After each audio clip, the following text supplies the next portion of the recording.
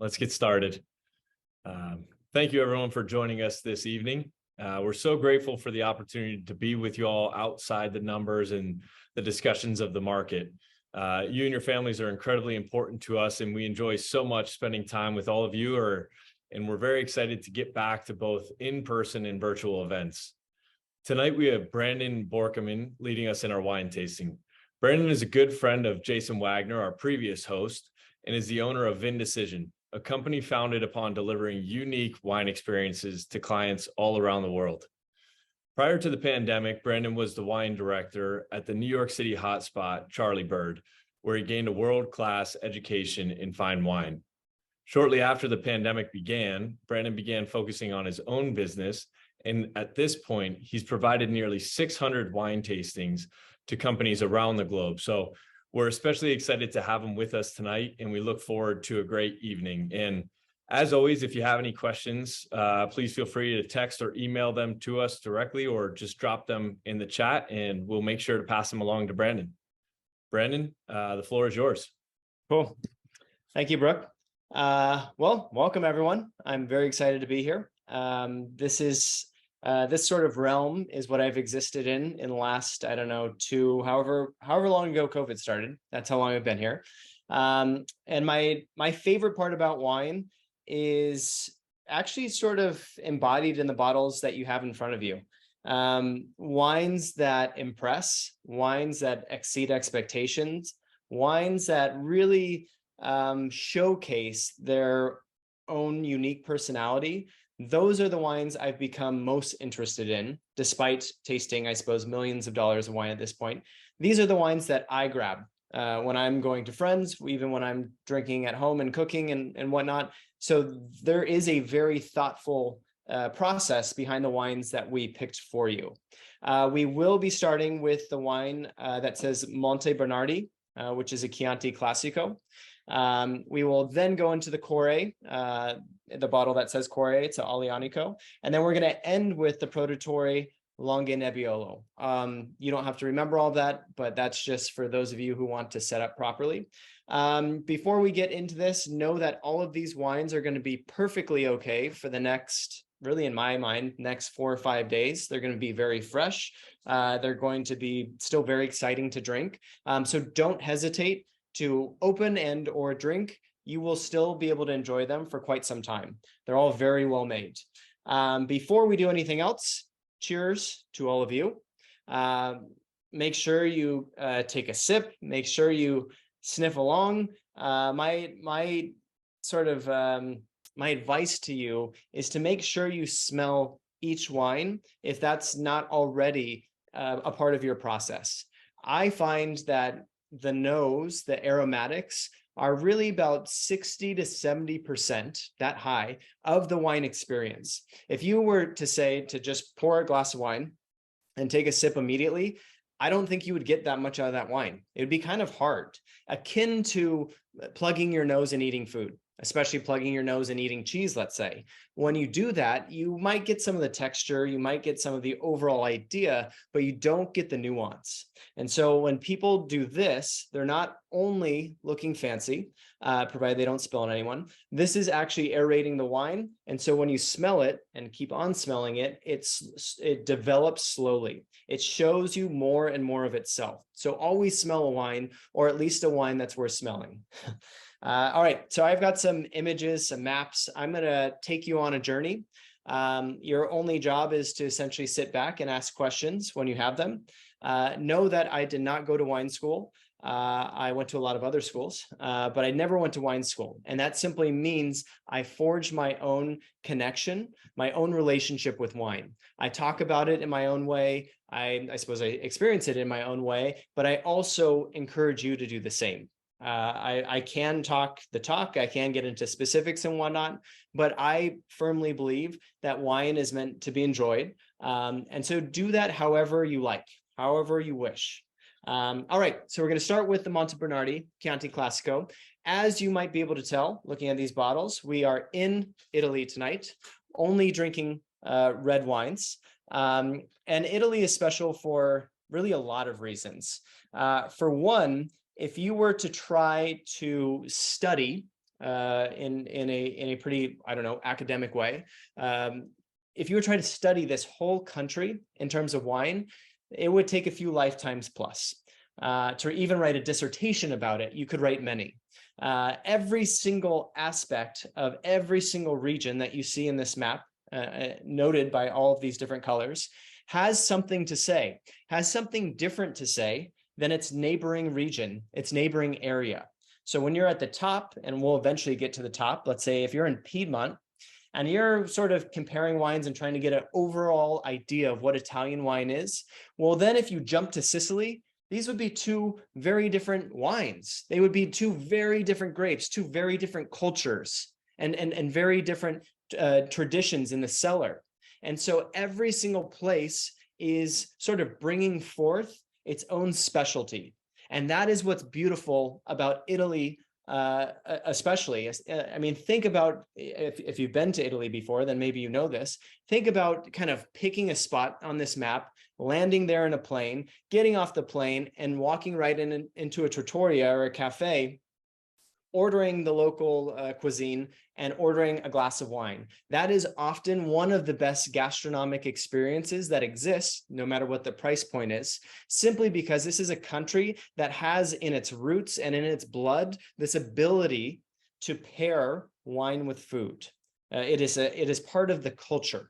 And so wine is literally everywhere. Grapes are literally everywhere.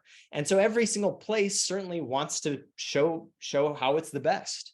I mean, these are Italians we're talking about. Every single place is the best if you ask them. And so know that this is not the easiest place to comprehend in one fell swoop. However, we're showcasing some of the places you should pay attention to if you're delving deeper. And I think one of the best places to start is Tuscany. Tuscany is going to be a place that many have likely been through if you've gone through Italy, Florence specifically.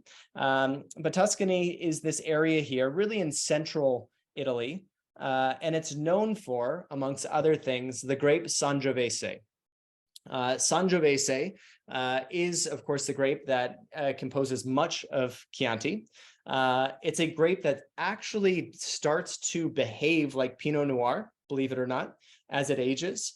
But I think it's actually one of the most overlooked grapes that exists in the world, mainly because we see Chianti everywhere. And we'll talk about that. We see it on all the shelves, really. If you go to any restaurant almost in the city, there's likely a Chianti bottle on the list.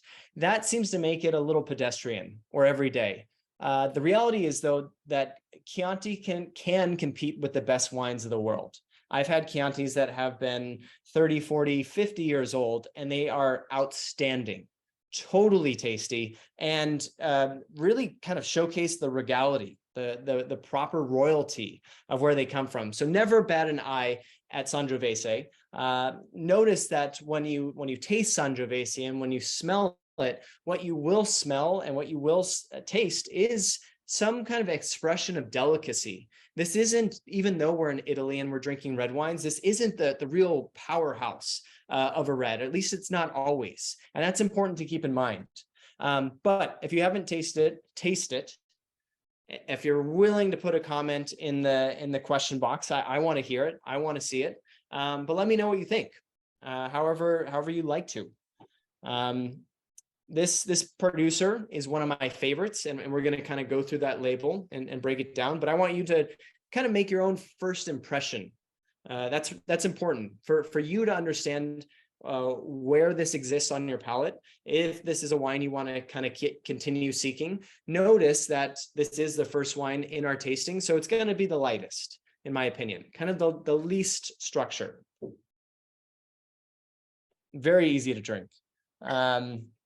So when you look at the label, if it's near you, you're going to see a pretty classic Italian label. And this is helpful for when you break this down at, let's say you're going to a retail shop and you want to kind of figure out exactly what you want to drink. This label is essentially like a prototype. Montevitrano is the producer. I'll show you the actual winemaker. What's next, what's most important after that is the region that you can find on the bottle.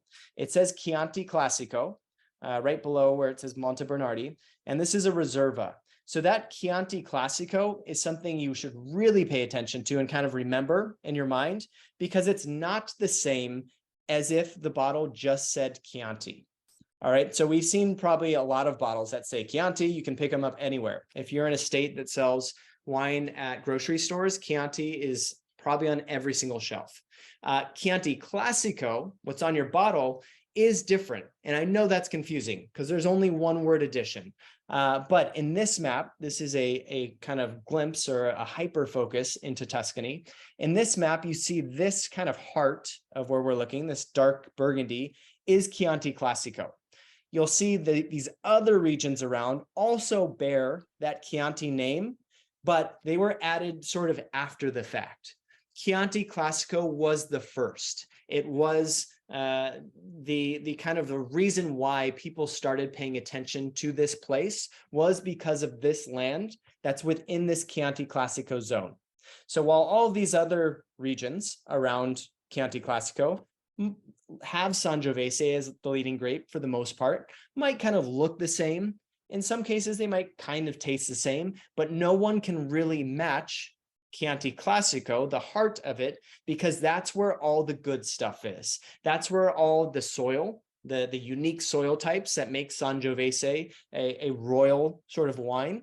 That's where all the kind of hillsides are, these different elevations. Know that if you are like in a totally flat plainsland area and the sun is beating down all day, the possibility of making great wine in that situation is very low, simply because the grapes cannot rest. They cannot get a chance to kind of develop some of the intricacies that we look for.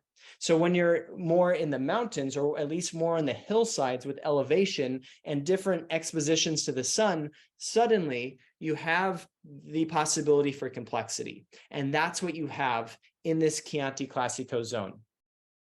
I'm going to give you a little trick to remember if you like this wine. Simply put the bottle or turn the bottle and look on the back label. You'll see a black rooster. That black rooster is a sort of stamp of approval, if you will. So all of Chianti Classico has this black rooster. The other bottles that might simply say Chianti do not have this rooster. And so this is kind of like a visual cue that should help you out. You don't need to know too much more, I suppose, about the wine. As long as it has that, it's at the very least a perfect blind start to what is likely a very quality wine. And so hold that with you. What you see here is exactly kind of what I'm talking about. The great part of Tuscany is very much this, these undulating hills, maybe this kind of idyllic Tuscan countryside that we might visualize when we think about Tuscany is where these grapes come from. But know that they're planted in a very specific way. It's not haphazard. It's not simply happenstance. These grapes and these areas and parcels are very purposeful. Wine has been made here for millennia, especially in Italy, one of the most illustrious wine histories of the world. And so over trial and error over all this time, they have found the best spots. And so the grapes that actually go into your wine comes from the best spot, from the Grand Cru of Chianti Classico, and that's what makes it so delicious and so tasty. Any questions so far? I have a question, Brandon. Totally. Does red wine really taste better when it is slightly or at cellar temperature? Great question. And that's why I have the cellar to remind you of that.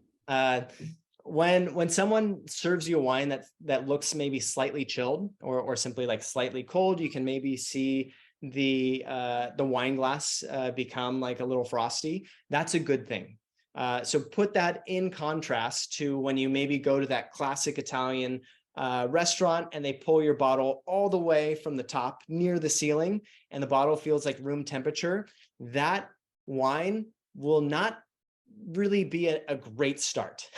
When wine is room temperature, you normally can feel and taste the acidity, that lingering, kind of like if you were to bite into a lime or some citrus fruit, that's acidity. So that warm tendency will make that acidity heightened, and the balance will be lost. When you chill a wine to cellar temperature, or what that means is kind of underground temperature, because that's where cellars used to be built, you have a freshness that is immediately available and present, and you have an overall balance that really shows itself forth. Know that the wine will, of course, warm up once it's pulled from that source. And so that is the way you want to start. If you've never started like that before, I encourage you to do so. It's always a good thing. I'm not saying store all your wines in the fridge, because that's the opposite and that's not going to help. But put a slight chill on them, if nothing else. I see some great questions here. Yeah. One of them is they've never heard of the term Grand Cru used before. And so Grand Cru is kind of a little bit what it sounds like, but Grand Cru is the best. In wine, there's a lot of these different sort of regulations and laws and whatnot. And this specific term comes from Bordeaux and Burgundy, but Grand Cru means they can sell it for the most money. It has been over hundreds of years, been deemed the best plot of land. So again and again and again, when they plant grapes there, it is the best wine that's made. And so a lot of places are allowed to put this stamp, this Grand Cru designation, on their bottle. And then we as consumers understand, like, okay, this wine is worth forking out however much it says, which is often 100, 200, all the way up to 1,000 plus. That same system doesn't really apply to Italy. That's more France. So the insider knowledge comes in here. We have to know, or I have to know, or tell you that Grand Cru fruit is in here. The best of the best. What is equal to that in Bordeaux or Burgundy is in here. That's what that means. The Black Rooster label is actually, like most of these places, there is essentially a government that oversees all of these different regions and different local boards, and ensuring that everyone is abiding by the strict rules. So that is to say, for example, if we're in France and someone is making sparkling wine, but they're making it all the way in the south of France, Champagne's all the way in the north, you need someone in there to interfere and say, look, these are two different wines. You can't call sparkling wine that's not in Champagne if it's made right by the ocean in the south. All of those kind of governing boards very much work in every country. And so that governing board is ensuring that this bottle in front of you does indeed have this seal of approval. So there is an actual kind of complicated bureaucratic structure in place. In a ideal world, and the world, of course, is unfortunately not ideal, I would love to let this wine breathe for maybe 3 or 4 hours before getting into it, but that's my geeky self. Simply opening it 30 or 45 minutes ahead of time will help it unravel quite a bit and develop quite a bit. So never only be as picky as you want to be, is my advice. If you're willing to be like, cool, like I have a dinner in 6 hours, I'm going to open up this wine in 3 hours. I do that, unfortunately. If you want to do that, you should do that. But at the very least, if you or your spouse or partner or friends are over is making dinner, that's a great time, that start time, to think about opening the wine. So it can start moving around. All right. Goes great with creamy Toscano cheese. Nice work. The idea is that things that grow together, go together. So if you're ever looking for how to pair something and you have Italian wine at home, look for Italian cuisine. Kind of Google Italian recipe. Go that way. Or the opposite. You're at a Greek restaurant and you're kind of trying to figure out what to order. Well, rely on the Greek options first, especially if you have seafood, especially if you have something that's already there. Look to those first. All right, this is the last one. We'll keep going. If you know a wine is taken from a shelf, is it appropriate to ask the server to chill the wine? Great question. Yes. Don't point your finger at me though, because I don't want all these people getting upset. But yes, it is 100% appropriate to do this. I have done it many times in the nicest possible way. Of course, we can be civil when we ask people to do this, but I 100% believe that you can totally ask the server for an ice bucket, especially if it's that warm, or to simply have them chill it as maybe you order a cocktail or something else while that's happening. It is only going to enhance your wine drinking experience, and it's not much work to do. In fact, they should have done it before. So I totally think you should do that. Now, of course, gauge your scenario. Some restaurants, when you ask this, they might look at you like you are asking like, or maybe something akin to an insult. That could happen, but most restaurants shouldn't bat an eyelash. Great question. Quickly to kind of round this up, and we're going to go to the Core next. The person who makes this Chianti is in fact an American, a sort of strange, not the strangest by any means, because this was more and more happening, but this was in 2005 when a lot of these vines were being planted. His name is Michael Schmelzer, and this is his sister. An American came here and started gaining the respect sort of impossibly from all of his neighbors, his Tuscan neighbors who've already lived here and been winemakers. And so he had the impossible battle, really. It is not easy to come into a place, especially in a place that's highly regarded, like this part of Chianti Classico, and try to make great wine and have people receive it well. Well, that's what he did. He's a very kind human. I'm sure that helped. But he's also working with some great geology and some great vines. And what I love about this picture, aside from showing you the winemaker, is the dirt.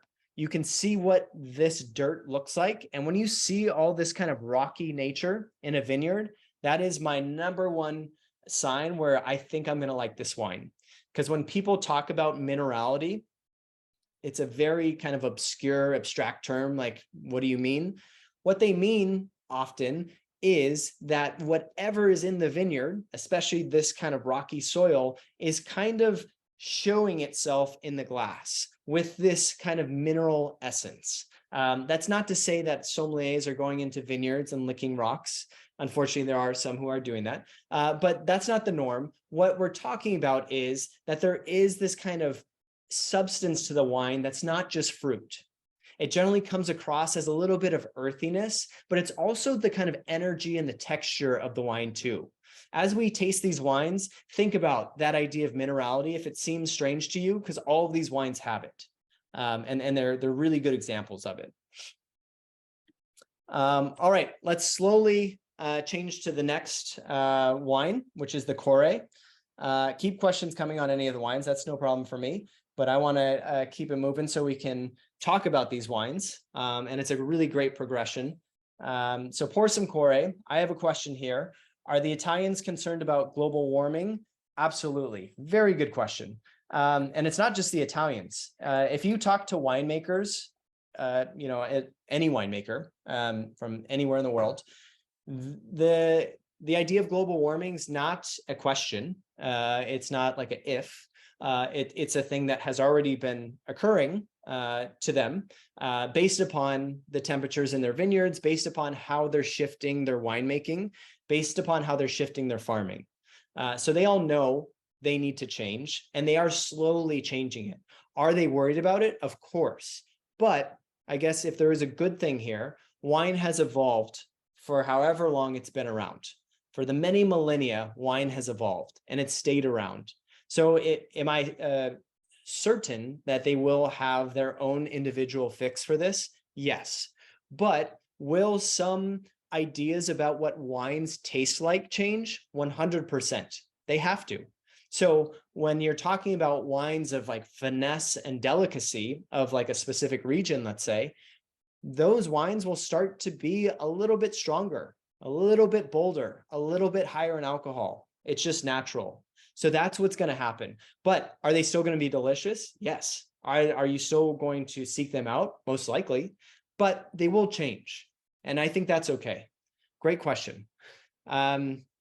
we're going to get into this one, and I'll answer this question as we go along. Smell this wine again. One thing I should tell you, or should have said in the beginning too, always look at a wine's color. If you have the time to pay attention to it, if you're in an area where there's kind of enough light around, always look at the wine's color, because it will tell you something about the wine without even tasting it, without even smelling it. If a wine is very dark and opaque, you sort of know what you're getting into, right? That should be some black fruit, some darker, maybe even some purple tones, and you should have a relatively strong structure, like you can feel it in your mouth. And the opposite when it's a lighter wine. When we look at Italian wines, they sometimes trick you. We're going to end with the Nebbiolo, and that's the most pale, the translucent of the three, yet it is the strongest. And so Italian wines can trick you a little bit, but it's something good to pay attention to. It will help you kind of understand what we're doing. This is actually a perfect question for this wine. I'll show you, and I'll bring this map up to show you kind of where we are. The question is it better to just simply open a wine and have it sit on the counter, or is it better to decant a wine? And there's two very different answers. A lot of Italian wines enjoy decanting, and a lot of Italian reds especially. So if you're ever kind of worried about it, or if you're ever thinking about it and it's an Italian red wine, most cases just do it. I mean, if it's there and it's easy enough to do, it should only help that wine. There's only like very few cases that it might not, but for the most case, because of how Italian wine is made, it should be helpful. Some wines though, like a really fragile Pinot Noir, maybe that has a ton of age on it, is going to fall apart if you decant it. All of that air is going to rush into it and kind of break it apart a little bit. It's going to evolve so fast. And then by the time you get to like your second glass, it's going to feel what we say, or what some people say, is like a little bit thin or kind of worn out. But Italian reds, these ones you can decant for sure. All right, so we're going down to the shin of the boot of Italy, and we are in Campania now with the Core. Campania is home to Naples, and so Naples is sort of its easiest way to recognize on the map, but and more important to wine is Mount Vesuvius. Volcanoes play a major role in many different wine regions, and they are responsible for creating some of Italy's finest wines. One place is, of course, where we are, Campania. Another place, or another example, would be Sicily. Sicily has Mount Etna, which is an active volcano, and so they make wine up there. Here, because of this interesting location, you have the ocean right here. You have some mountainsides and volcano over here. You have this really interesting geological possibility that creates a near perfect environment for growing grapes. They grow white wine here too, but a lot of people sort of think of Campania as I don't know, you could say Barolo of the South. You could say, I don't know, the Super Tuscan of the South. You could say a lot of these kind of descriptors that just show you or tell you how great the wines are from here and how highly they are regarded. So when you smell this wine, understand that we are with a grape that is a much thicker skin than Sangiovese, which we just had. So the flavors here tend toward more of like the plush, more of the decadent, maybe a little bit more ripe. Maybe it, like as you taste it, it's a little bit more like it grabs you, even though that minerality is still very much present. There should be a difference. Does anyone see that, or does everyone see that? The two grapes would be like, it'd be like going from Pinot Noir, where we started with Sangiovese, and you're kind of up-leveling a few to Aglianico.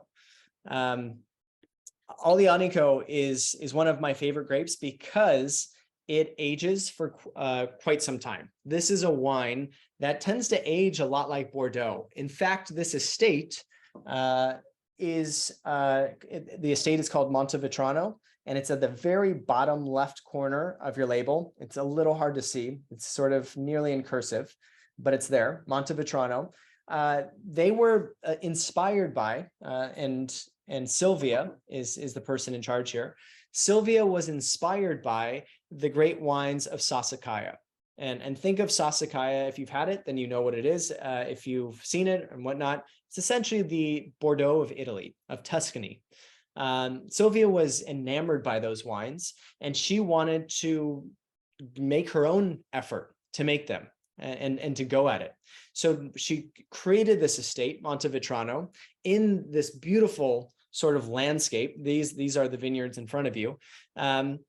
And what she wanted to do was make a wine that was polished, that was age-worthy. So when we say age-worthy, decades upon decades, these wines are expected to age, but also shows the beauty of this place, most importantly. And so this wine I find in her lineup actually does that maybe better than some of the others. Her main wine is a wine that has some Merlot in it, some Cabernet in it, along with Aglianico. And those grapes are just serving to add some structure. This is a grape that is indigenous to this area. And so they create it to kind of showcase an identity. The volcano comes into play here because I always find a bit of smokiness to wines that come in or come from and around volcanoes. You kind of have to pay a little bit of attention to that. And of course, that becomes a Jedi mind trick. So now you're going to smell smokiness. But the smokiness is a real thing. Even with, especially with the white wines, you smell it, you're like, whoa, that's kind of like, I don't know, maybe a little bit smoky, blue cheesy, smoky, earthy. I find you can smell the same thing here as well. Does anyone like this wine better than the first?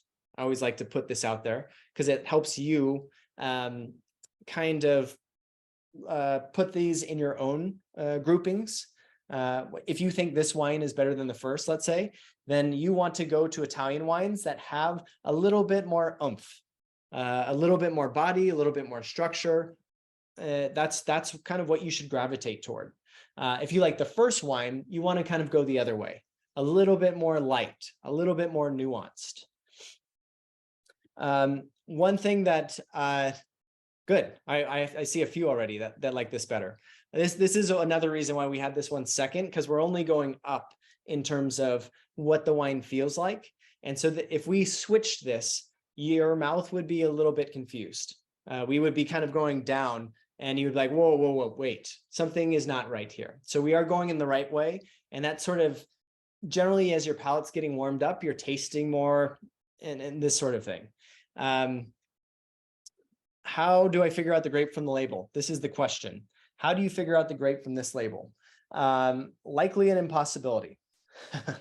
And that's a great question. And I like that question for a lot of reasons, because we're in the old world, and the old world is juxtaposed to the new world. So the new world would be North America, South America, Australia, New Zealand, South Africa, etc. We're in the old world, and the old world tendency is to be as confusing as possible. What they like to do is generally put on their labels where the wine comes from, as opposed to what we're used to in at least North American wine is the grape. So the grape sometimes comes secondary in old world thinking, old world philosophy, and what's front and center is this idea of terroir, this idea of locality, this idea of location. That's what should be front and center. And to give you an example of that, when you look at that first bottle, you'll see Chianti Classico up like in the middle of the bottle. That's kind of what you should find. That's what you should be looking at. You don't see Sangiovese. Some people put on the back label Sangiovese, the grape. That's someone helping you. That's the person who's bringing this wine into the country. That's them helping you. But oftentimes they won't even put that on the back label. So you have Chianti Classico, this first one. You have to come with the knowledge that that wine is made from Sangiovese. You have to come to the knowledge as well with our Core that this wine is Aglianico. That is simply something that you can't really get around. You kind of have to know, and it's after a while you're connecting the dots, whether you want to or not. So that's not so bad. But you have to know that in Campania, Aglianico reigns king or queen. And that's what's likely going to be in this wine. And then you would likely have a question to ask after that. Great question. It's why a lot of people sometimes become intimidated by old world wine, because it can be difficult. You need to have someone around you at all times to a certain extent. But what I encourage you to do is certainly take pictures of all the bottles that you like, because that is one way of understanding a region, an area. If you take a picture of this Chianti Classico, you go back to your favorite wine shop and you keep on kind of exploring around there, you're going to understand that Sangiovese is in all of those wines, and you're going to kind of understand what to expect. So take pictures of these bottles, especially when you go to restaurants. You can show the sommelier or wine person, like, hey, this is kind of what I want to drink. When I was on the floor, if someone did that to me, I would say, yes, this is great. I have like 50 other tables tonight that I need to serve wine to. You just made my job easier. I'm going to go to the cellar, pick out something that might not be on the menu, but same price and exactly what you're looking for, and give that to you. So these pictures can really help. This is another awesome question. If you're not finishing the bottle tonight, should it be left out on your countertop, or should it go to the fridge? In the fridge, even though it's red. That might sound counterintuitive, but again, with that example before, when you're pulling the wine from the very top of the ceiling, what you're doing when you leave a wine out is allowing it to evolve quicker. Think about when you slice an apple and you leave it on your countertop for 30 minutes, an hour, 2 hours plus, it starts becoming very brown and it just doesn't look very edible, or at least pleasing. Wine will not necessarily evolve quite as quick as that, but you're very much slowing it down, that evolution, when you put it in the fridge, just like your fruit, just like that apple.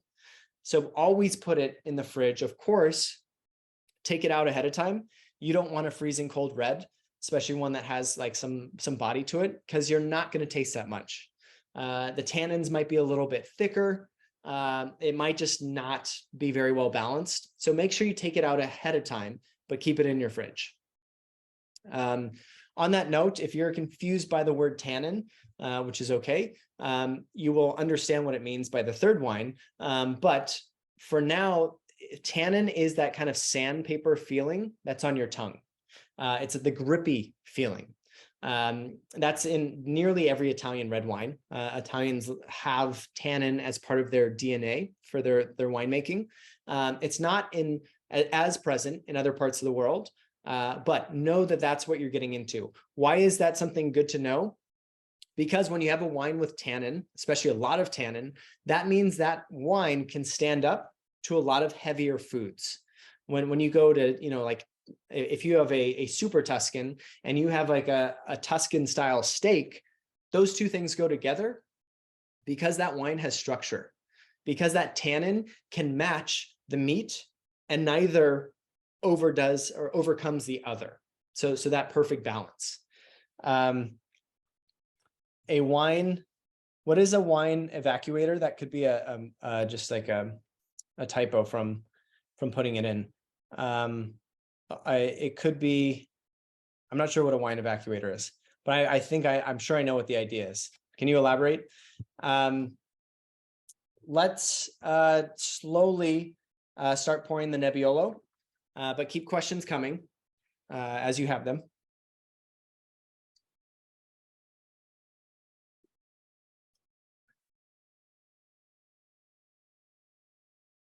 Keep track of your favorite wine, of course. I want to know because I'm always interested.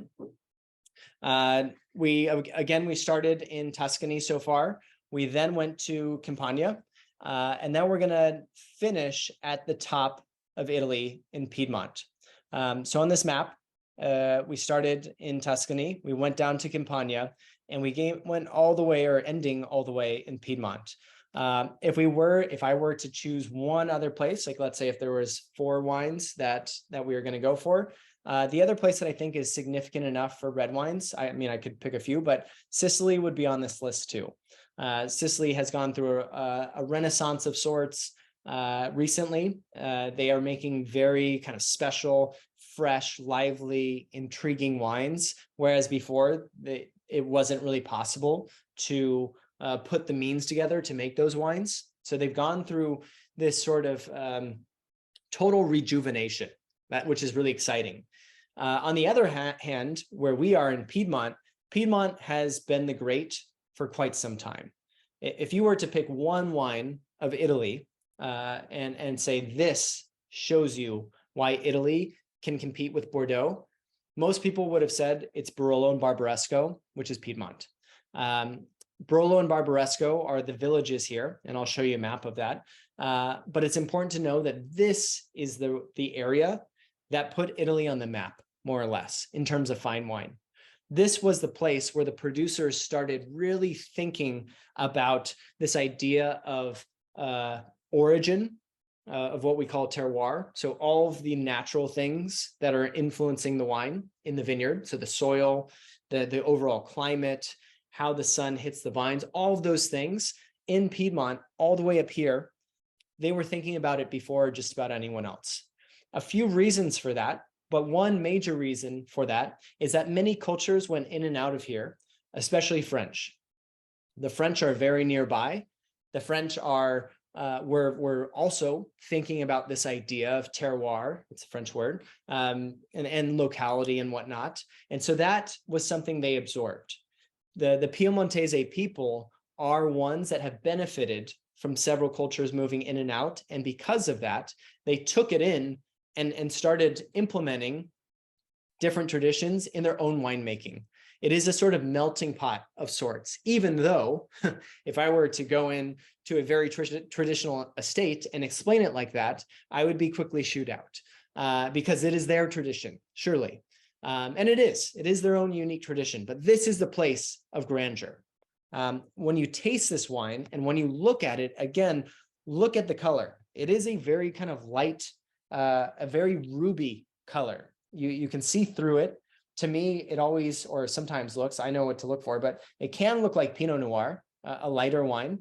And when you taste it, you'll see a contrast. I'm going to revisit this question because I want to get to it. A wine evacuator is a wine vacuum stopper. And these are good things, I think. And maybe it's kind of like the wine pump that you see. I assume it's very similar to this. Those are great things to have around, especially those kind of wine pumps don't cost much. And it's a nice tool. It gets all that extra oxygen out. And it kind of preserves your wine, at least for a solid, I don't know, plus 1.5, 2 days at the very least, especially if you're using the fridge. So I think those are good. It's better than just putting the cork back on. You want to put the cork back on. That's a definite. So even if you don't have the other tools, put the cork back on because that's going to help you a lot. There's another question about wine storage. And wine storage is important, mainly because that's how you keep your wines for long. So let's say you buy a case of really brilliant wine that has some age on it. You do not want to keep that wine just anywhere, especially if it's exposed to sunlight or differing like heat temperatures. You know, the summer comes along, really spikes, and then the winter comes along. A wine fridge is one of the best ways to fix that if you don't have a lot of space, or even if you just kind of have some space in your garage for it. Wine fridges, they may come in all sizes. It is the best way. If you can build your own cave, even better. But a lot of people, I live in New York, so in New York City, not really a possibility for a lot of people, but wine fridges are. And they're at this point, there's quite a few on the market that are fair in how much they cost. There's a question here about this, why the Piedmont is kind of motivated by the French, and they're a little bit motivated more than closer to Burgundy than Bordeaux. Certainly, Bordeaux was the impetus of them becoming a great place. So because Bordeaux was popular and in the kind of popular culture before Piedmont had a chance to be there, yes, Bordeaux spurred them, pushed them into the place they needed to be, into the serious place. They needed to really realize how good they can be to compete at that level. So yes, Bordeaux influenced them in that way, Burgundy, though, influenced them in this way that there's these little pieces of land that do better here than they do better or than they do here. And that little kind of locality, that origin, that terroir story really comes more from Burgundy. And that's available because that borders relatively close. In your glass, and this is a good example of a wine that helps you, you're going to see Nebbiolo on the label, which is nice. Oftentimes you might not. You're going to see this word that says Langhe. Langhe is sort of this kind of big region, sort of all around Barolo and Barbaresco, more or less.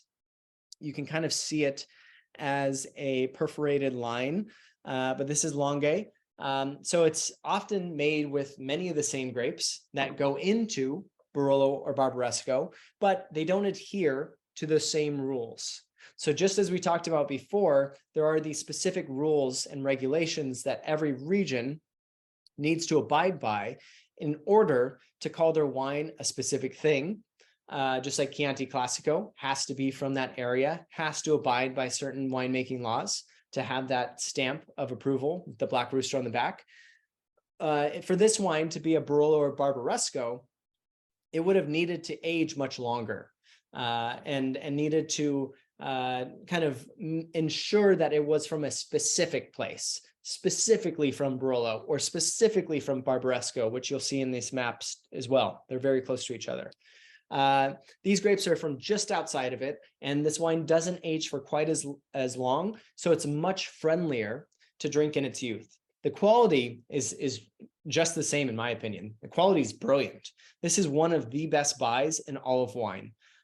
You can age this wine, in fact, for many years, and it will age impeccably. But this is the wine I've been looking at for maybe the last 10 years, 15 years, and every single year, without skipping 1 year, this wine has been one of the most impressive wines that I have seen on any table in its range. It is really brilliant. But it's coming from this area, right around Barolo and Barbaresco.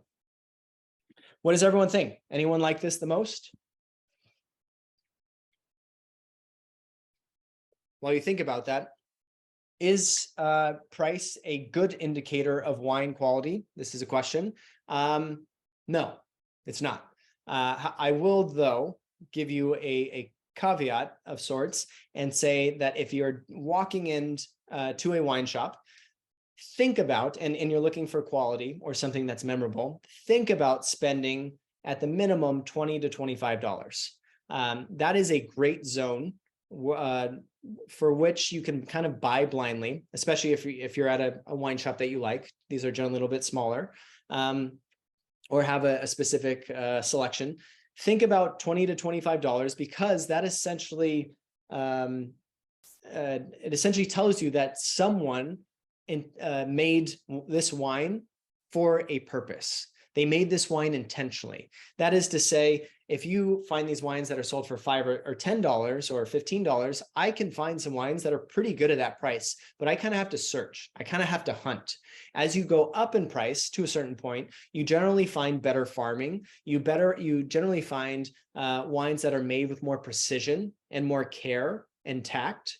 And so as you go up, that there is some relationship there to price. Yes. However, if you blindly buy the $75 bottle of wine, having no idea really what it is, and expect a great experience out of that, there is no correlation.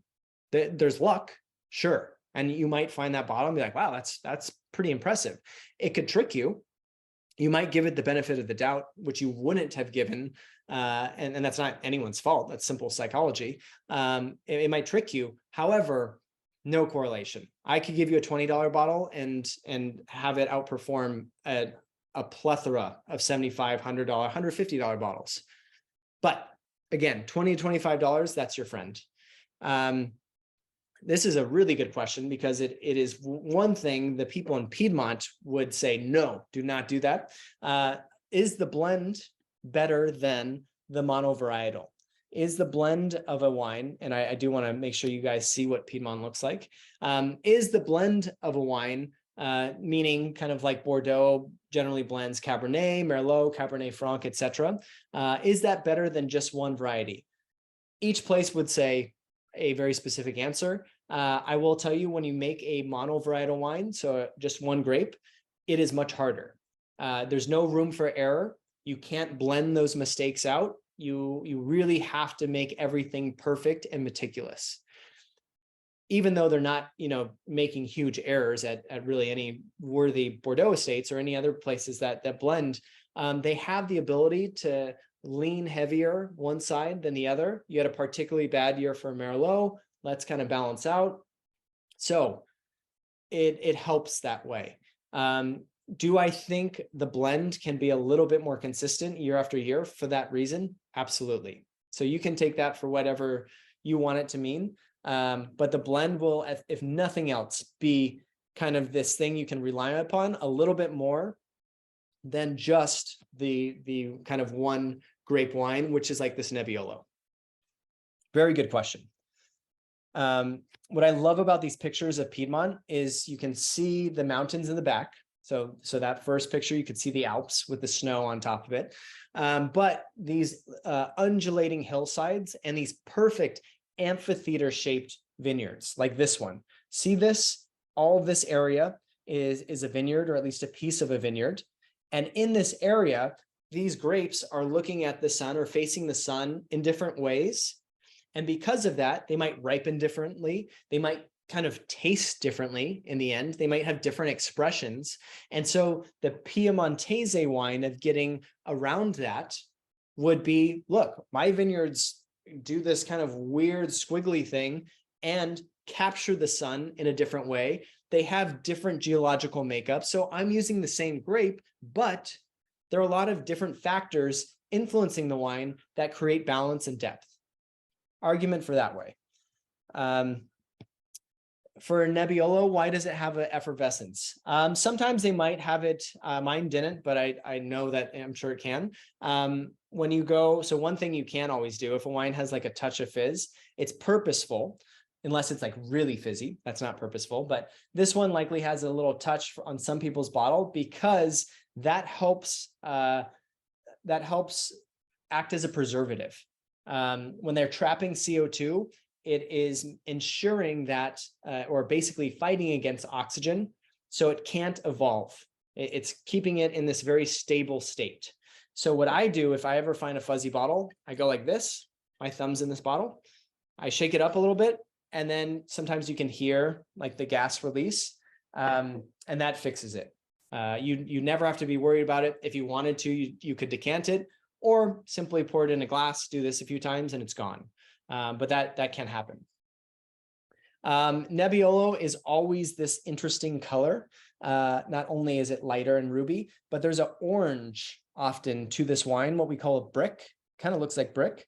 And so it is for me when I'm blind tasting or when I used to. So that means you have no idea what's in the glass and you're trying to guess. It's a very psychological experience because you go every single way and it tricks you. When this wine especially tricks you, because you look at it and like, cool, I'm gonna take out, some of the bigger wines. This looks really kind of light, like maybe even Gamay, I don't know, Pinot Noir. This grape does this every time. And so you really have to look at it, understand it, and it betrays what's in the glass, because what's in the glass is that very definition of tannin. Like there is a grippiness in this wine, I think, in the best way. I think this is a wine that holds its tannin extremely well. And sometimes that can be out of joint, but this is a wine that does extremely well also with food, with cheese. A perfect possibility for this wine is truffles and a butter pasta, and with a little bit of cheese. First and second wine's the best. So this is the third. This wine is definitely the most divisive wine, I would say. So that comment is heard. And I totally agree. Some people either like Nebbiolo or they don't, and that's totally fine. Do aerators help? So aerators are something you can put on your bottle normally, like an attachment. I think if you have them, you might as well use them. I don't use them simply because a lot of them that I've seen have a lot of plastic parts. And when the wine moves through all that plastic, I find it does pick up some of those extra tones from the plastic. One reason I would rather use a decanter or simply open it up ahead of time. But That's me being picky, probably. So if you have it and you think it might be a good idea, use it. The more air in this wine, the better in all of these red wines.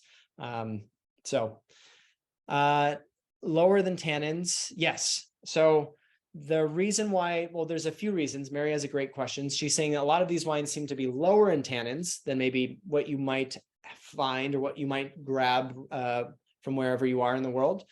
One reason is that we are looking at very old school traditional estates for the most part. Montevitrano, you could kind of make argument otherwise, but old school traditional estates that are looking for lighter expressions by and large. They're using big barrels, big large barrels that kind of look, I can give you a few pictures.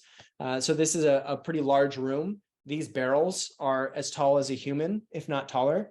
They're using these type of barrels. And when you do that, the tannin integration is far different than when you use a smaller barrel that we're used to seeing. So if I were to go into any, let's say Napa, Sonoma, a lot of these different estates, I would see barrels that are closer to what we call the Bordeaux barrel. It's going to be smaller. Because it's smaller, it's going to have more of that oak touching the wine. And normally they're using brand new oak, like 100% new oak. So you're going to have vanilla in there or semblances of vanilla, maybe some smoke, and that tannin might be a little stronger. Whereas these wines are using these very big barrels. So it's a totally different ratio, a totally different tradition and winemaking process. Neither is correct. It's just different. But that is a very, very good observation. It is a different tannin experience. And even when I say big tannins, I'm not necessarily thinking of how it could be in maybe a New World situation. So good call. But these are the type of barrels and cellars we're looking at. Great. I have someone who says they understand the tasting order. I hope a few people do. If you don't, that's okay. Wine is relatively complicated. It is its own language, in my opinion. And so we talk about our senses when we talk about wine. It's not just this cut and dry kind of on paper experience. We're talking about what we smell and taste, whereas normally we're not doing that in our lives. So wine is difficult. We did try to put this, though, in a successive range, with the Nebbiolo kind of being the fullest body expression. So make sure you are taking pictures of the wines that you love. That is really important. I think it's going to help you. Reach out to me if you'd like to, and I can kind of help you along the way or show you where to buy these wines. Again, we saw nearly all of Italy tonight. Of course, you can spend a lot longer going over every single place, but these are places you should pay attention to when you're buying your own wine and when you're out at restaurants. It was Piedmont where we finished, Tuscany where we began, and Campania where we were in the middle. I hope you enjoyed the experience. Keep questions coming afterward by email, whatever you like. Totally fine. And I can pick up some of these as long as I see them. But thank you very much for your participation as well. It's always fun for me to engage with everyone, even though we're largely spread across the country. And I always hope to help people learn a thing or two about some of these wines. Gluten, for gluten sensitive people, generally wine is not going to be a problem. It's more of vegan. There's a weird vegan sort of clause here in the sense that some people use fish bladder to clarify their wines. That's a whole different episode. So vegan is normally a problem. Gluten is normally not a big problem unless there's some sort of contamination or unless it's at a winery that's also doing other things. Normally, you're not having too much of a problem there that I've ever seen, at least. So I'm sure there are exceptions. I'm going to hand it over to Brooke. Thank you again so much. I want to give you time for all of you to enjoy these on your own, but thank you. Yep. Yeah. Thank you, Brandon, so much for your time tonight. You were incredibly knowledgeable, and that tour of Italy was a lot of fun. You took me back to my honeymoon there for a bit. But thank you everyone else for joining us as well. We appreciate you joining us ahead of the Phillies and Eagles wins that we hope to get here later tonight, and can't wait to speak with all of you again soon. Have a great night, everybody. Cheers.